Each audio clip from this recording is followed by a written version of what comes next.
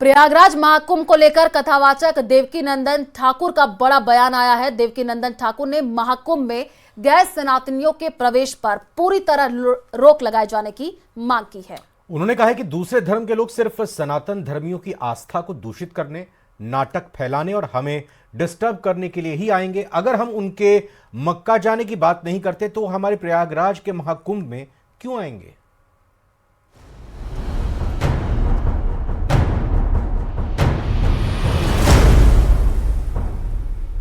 प्रयागराज महाकुंभ को लेकर कथावाचक देवकीनंदन ठाकुर का बड़ा बयान सामने आया है।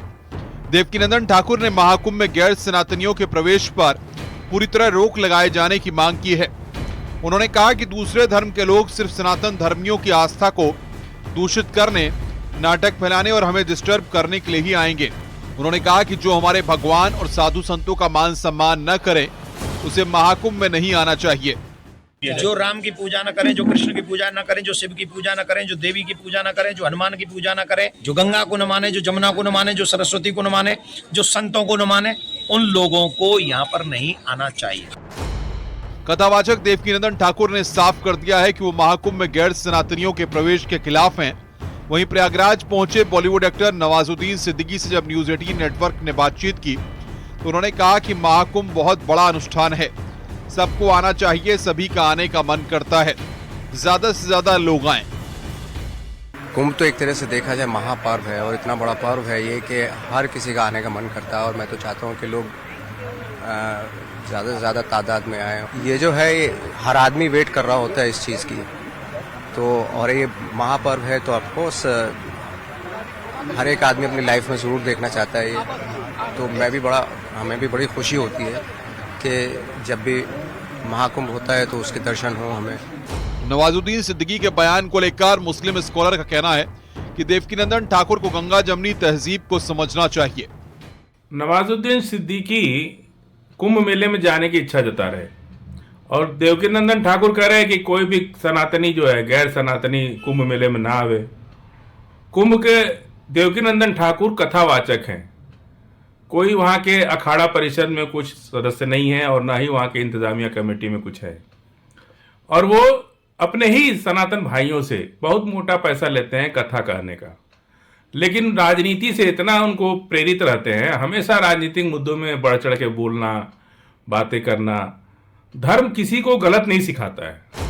नवाजुद्दीन सिद्दीकी के कुंभ को लेकर दिए गए बयान पर अयोध्या के संतों ने प्रतिक्रिया दी है। साधु संतों का कहना है कि गैर सनातनियों का प्रवेश वर्जित होना चाहिए।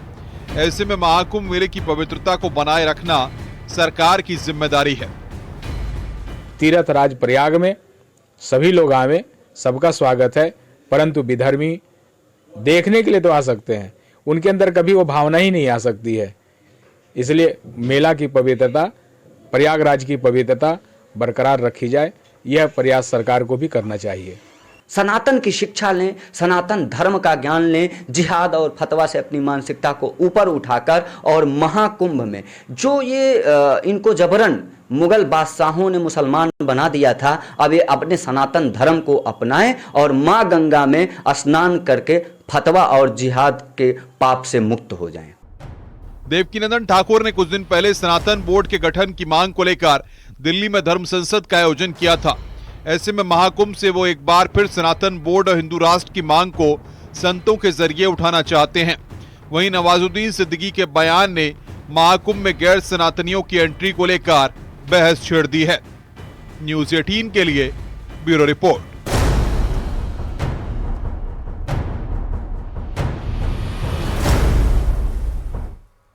और वही मंदिर मस्जिद पर दिए विवाद बयान के बाद आरएसएस प्रमुख मोहन भागवत ने धर्म को लेकर कहा है कि इसकी उचित शिक्षा दी जानी चाहिए, क्योंकि धर्म का अनुचित और अधूरा ज्ञान अधर्म की ओर ले जाता है।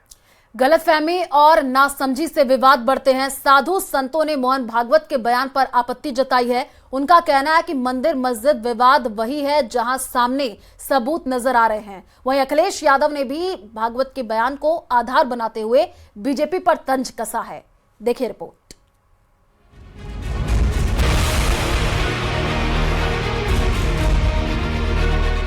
आरएसएस प्रमुख मोहन भागवत ने धर्म के नाम पर हो रहे उत्पीड़न पर बयान दिया। उन्होंने कहा, दुनिया भर में धर्म के नाम पर होने वाले सभी उत्पीड़न और अत्याचार धर्म की सही समझ और शिक्षा की कमी के कारण हुए हैं। धर्म की गलत फहमी, अधूरी समझ की वजह से दुनिया भर में अत्याचार हो रहे हैं। मोहन भागवत ने ये बयान महाराष्ट्र के अमरावती में महानुभाव आश्रम के शताब्दी समारोह में अपने संबोधन के दौरान दिया।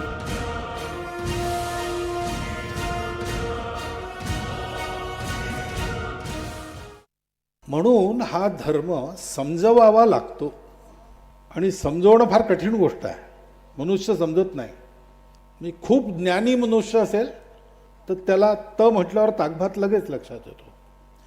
फार अज्ञानी माणूस असेल तर सांगणारा ज्ञानी आहे त्याला माहीत असतं म्हणून त्याचं तो लगेच ऐकतो. धर्म हा समजवावा लागतो. आणि तो नीट नाही समजला तर त्या धर्माच्या अर्धवट ज्ञानाने अधर्म होतो. जगामध्ये धर्माच्या नावाखाली जितके अत्याचार झाले आहेत ते या चुकीच्या समजुतीमुळे झाले आहेत. आणि म्हणून तो धर्म समजवायचं काम करणारे संप्रदाय असावे लागतात. नुसते पंथ असून चालत नाही. इससे पहले मोहन भागवत ने मस्जिदों में मंदिर के प्रतीक ढूंढने पर भी बयान दिया, जिसका महाकुंभ में आए साधु संतों की तीखी प्रतिक्रिया देखने को मिली। अयोध्या हनुमानगढ़ी के महंत राजू दास और राम मंदिर के पुजारी सत्येंद्र दास ने संघ प्रमुख मोहन भागवत के बयान पर आपत्ति जताई। भाई साहब, जहाँ भी हमारे वेद पुराण शास्त्र उपनिषद ने बताया, जहाँ भी एविडेंस है, नंदी का मुख्य ज्ञान वापी की तरफ वो छोड़ दीजिए। आप पत्रकार हैं, आप पीछे से जाइए, पूरा स्ट्रक्चर देख लीजिए।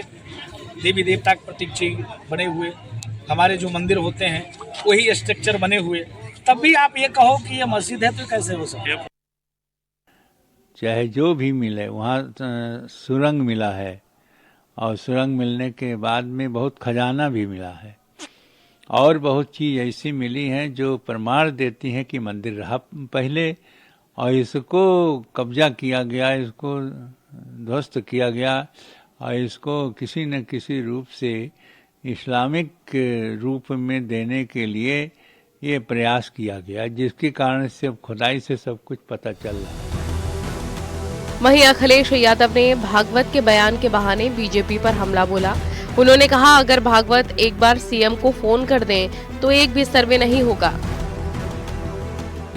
अगर उनको लगता है, क्योंकि वो विचारधारा भारतीय जनता पार्टी की अंडरग्राउंड विचारधारा है, भारतीय जनता पार्टी के लिए वो विचारधारा अंडरग्राउंड काम करती है, सुरंग खोद कर काम करती है। तो वो जो आज बात कही जा रही है, कम से कम उन्हें भारतीय जनता पार्टी के लोगों को समझाना चाहिए। अगर वो एक फोन भी कर दें मुख्यमंत्री जी को तो कोई भी सर्वे और कोई भी ऐसा विवाद नहीं होगा। अगले जी, लेकिन हर जगह राजनीतिक लाभ लेना चाहते हैं। ये तमाम स्टेटमेंट इसलिए आ रहे हैं कि वो राजनीतिक लाभ लेना चाहते हैं। संघ प्रमुख के बयान के बहाने जहां विपक्ष ने बीजेपी पर तंज कसा, वहीं साधु संतों ने मोहन भागवत के बयान पर अलग राय दी, जिससे एक बार फिर से सियासी वार पलटवार शुरू हो गया है। न्यूज़ 18 के लिए ब्यूरो रिपोर्ट।